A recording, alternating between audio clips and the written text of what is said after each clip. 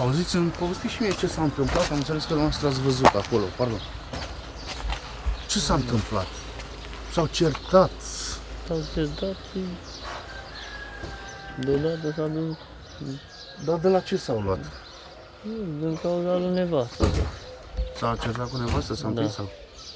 Și ce au făcut? Și ăla s-a băgat, că să nu dea neagă, e verișoară sau că e... După aceea s-a dus, a mai stat 10 minute, un sfert de oră și s-a dus în hol, a luat un cuțit și s-a dat în el. Eu care eram în direcția ușii, am văzut, m-am dus repede, l-am tras și... Așa, fără să-i spună nimic, a luat cuțitul și l-a înjurat la început, când s-a dus spre hol. Deci a pornit totul dintr-o gelozie, nu? Da, cam asta ceva. Am înțeles. Și dumneavoastră erați acolo, cu ei la băutură? Da. Erau băuți sau? Erau, nu? Erau, amândoi, rău. Cearta a pornit de mult? Era cu o oră înainte să... Și a tot mugnit așa până când n-a mai putut. A luat cuțitul și... Da. Cum vă numiți la asta? Lăzăroi Cristian. Cum? Lăzăroi Cristian. Lăzăroi Cristian, da? Mersi mult, da.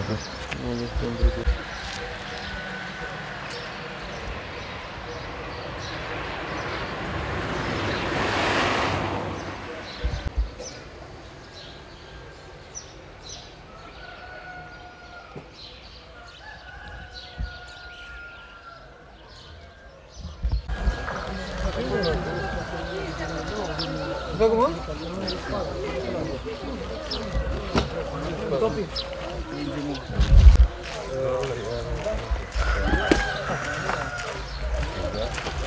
Nu, îi pare că nu încă. Nu te răule. Am văzut, da. Ia dormă.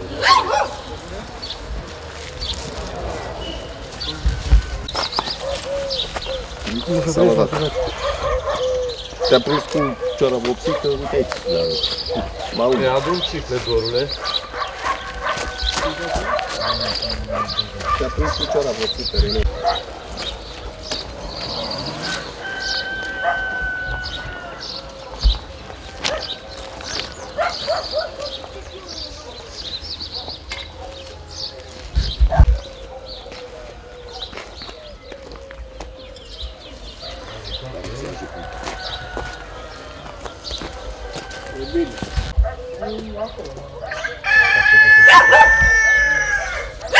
Da.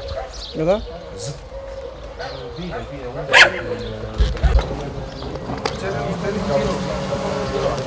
Cere lui Stenică, că e un birou acolo. Să-mi dea bine. Aceea de la mare. Ți-au auzit scandal, nimic aseară aici? Nu, eu acum venim. A, nu stați aici? Nu, e ieșa de soacră.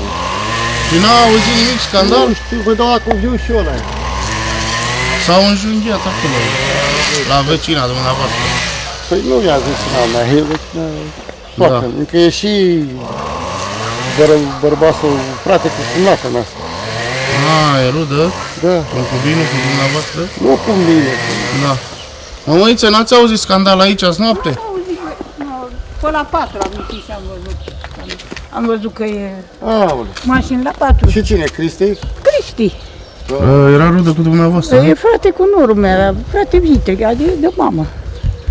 Și nu știți ce s-a întâmplat? Nu știu. De când trăia cu femeia De vreo 5 ani. De vreo 5 E venită ani, mahoarca asta, asta pe București, o zi gode. Și trăia cu ea, nu? Păi da. Acum zice că el era la poliție. Și nepotul ăla de unde era? Să fie lumea. Cine? Cel care l-a înjunghiat. Asta de pe sus, e vecin acolo unde a stat. Știți, era cumințel așa? Era... Nu, pe Sorin, al lui Dumnezeu. Mai vine văr, ce dracu e cu fata? Da, e veri. Vasilica verișoară cu mine. Erau veri, nu? Erau veri și au venit să facă, zice, cu grătara. Dar el era plecat de vreo 2 zile. Când pleca, când venea. Se certau mai mereu, S-a certat mereu, că ea dacă bea și mai mult. A, bea și ea. Da, da. și bine, ea e tot, dar e mama ei, a stat în măsură. A adus atât să scape de ea, care copii și pe acolo. În asta măritată, are unul după ea care a făcut asta pe murziție. Am înțeles. Și n-ați auzit scandal, nu? N-am auzit nimic, chiar nimic. Era mașini de poliție la poartă, că eu doar mașini, ori mai în casă. E plicată la servicia, cu zice că ar fi venit el, frasul. Și ea l-a zbărnit. Uite, dracu, ce ai făcut eu cu mine. Dar am înțeles că era recidivist, nu? Am mai făcut. Am mai făcut. A furat ceva la pusante la care nu știu ce, când era mai mic.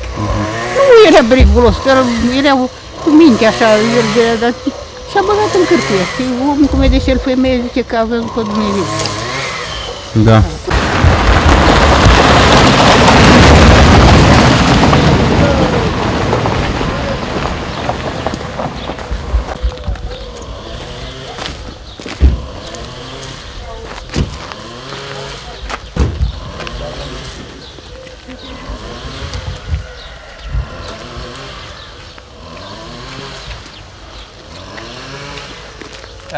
Așteaptă acolo. Stai așa puțin. Nu că am adus pe băiatul care a fost de față și el e unul folosit ca unul ca martor, că el știe și nu s-a petrecut treaba și tot apă. Și mai trebuie ceva, imediat, o zice.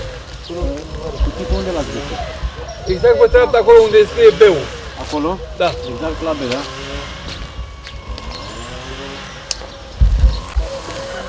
Nu, am uitat să fac.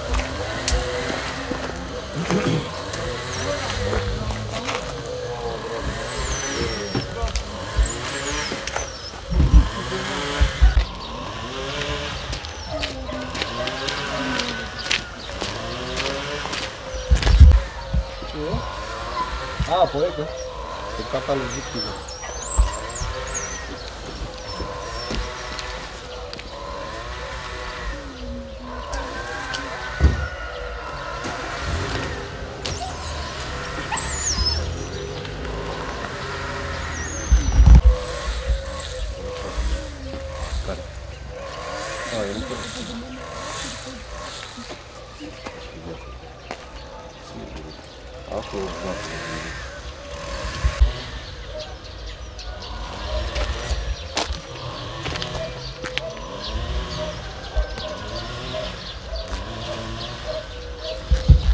Ce părere aveți despre ce s-a întâmplat aici?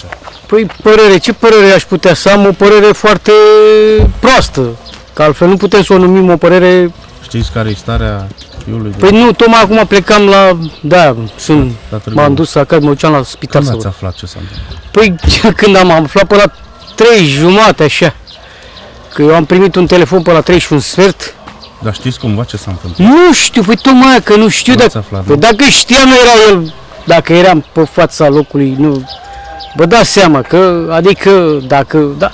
Dar îl cunoșteți? Aveau vreo ceartă ei împreună? Nu știu nimic, el ăsta, bă, criminalul zis, treia cu fata asta, deci concubina, au stat împreună vreo 6 sau de, mă rog, în sfârșit, asta e viața acum.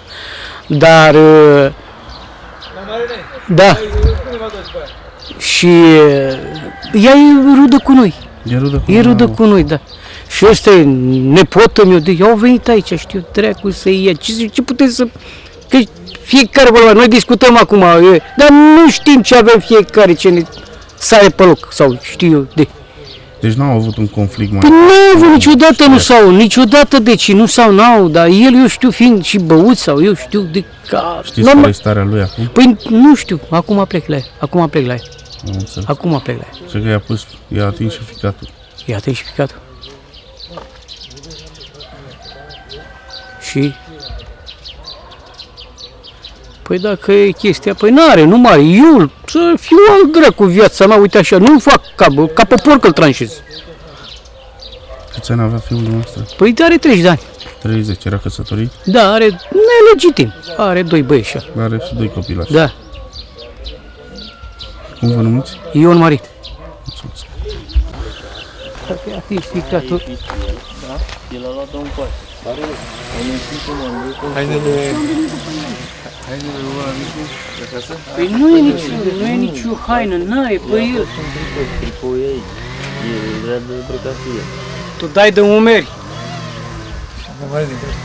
fără cetă, cu Eu sunt trecut de 50 de ani, pentru mine și am păzit hoți și știu viața și cunosc. Tu ești o jigodi, o panoramă. Ce am făcut eu?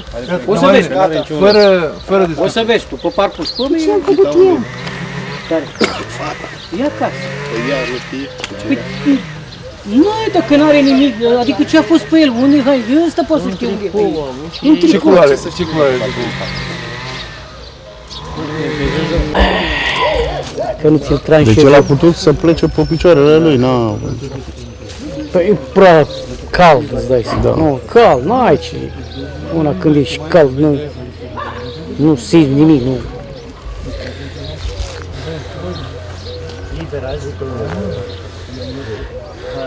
Când a venit el? La magazin. Și l-ați găsit voi aici? El a zis, nu, el a zis, Cristi a hai să venit facem primul un și după aia el a grătar. venit Cine a cu zis? Cristi. El, Cristi, ăla, bricos. A, ăsta a fost scopul. Da. El a Hai să venit facem cu un grătar. el, Brăicosul Hai a la venit cu mine. el. Eu am venit la El a el. venit singur. Și Vrea după aia a să venit vină ei să facă amândoi. grătar, eu nu vreau să vină. Vezi ce-i faci lui ăla, să-l ia pe el. Și când am ieșit cu alea, nu mai pleci zborurile, nu mai, hai, tu facem grătar. Cine? Vână. Fugi de mine, nu știu A, ce. ție? Da. Și acum a rămas, știi cum el, nu mai scap de el.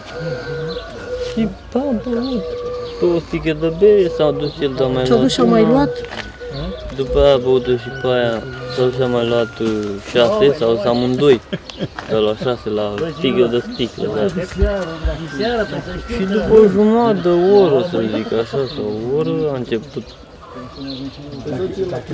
el că să lua de Nicoleta, el că nu dai nea că e verișoară, i-a sărit, da, Brăicos. i-a sărit, Ăla da, care, ăla că ce ești mai periculos ca mine, ăla că...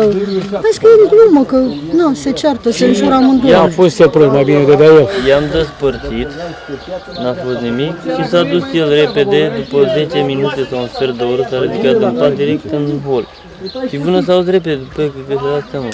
Și au că eram în ușă și am văzut decât așa când a făcut, s-a ferit așa și s-a luat aici, la ștert. Și după aia, când am ajuns să-l trag de mână, i-a băgat aici repede. Și atunci l-am tras de mână și am încărigat eu pe el. Îmi dădea drumul la cuțită, a făcut așa, dă și mine. Și i-am dat un genunchi în cap atunci, i-a dat drumul la cuțită.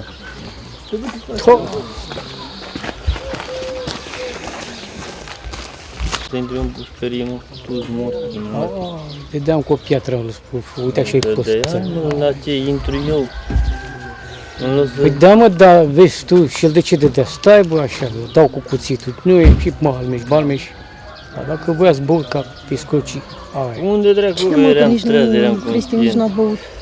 băut. Am băut preț de 2 litri de bere, dar eram treaz. El cu ăsta era beț.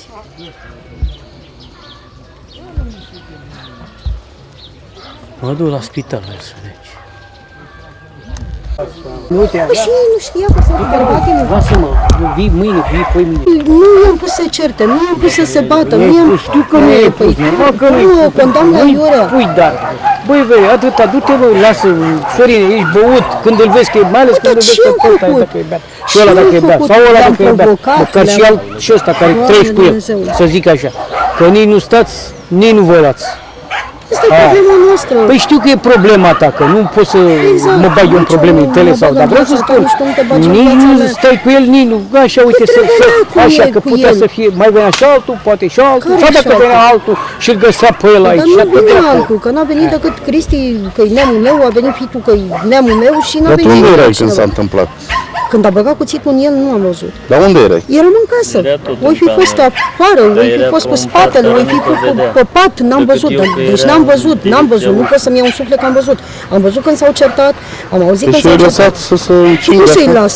Păi cum să-i las? Am intervenit și eu și ei, cum să nu mă bag? Eu i-am Deci nu se poate așa ceva, deci cum să nu mă bag, să nu mă bag între ei? Dar nu am văzut când a băgat cuțitul, asta nu pot să-mi iau un suflet. Că ieșea mai rău. Că vorba aia mâine e Tot am mai Paștele stat. și nu pot să-mi iau un suflet că am văzut așa ceva, dacă n-am văzut, n-am văzut. L-am văzut decât când fugea, l-am văzut pe Cristi că fugea și am fugit și eu după el. Nu lăsați acolo, că nu e bine. Băgați-o sensul din acolo la biserică, nu mai aveți 2-3 locuri acolo, dar aici...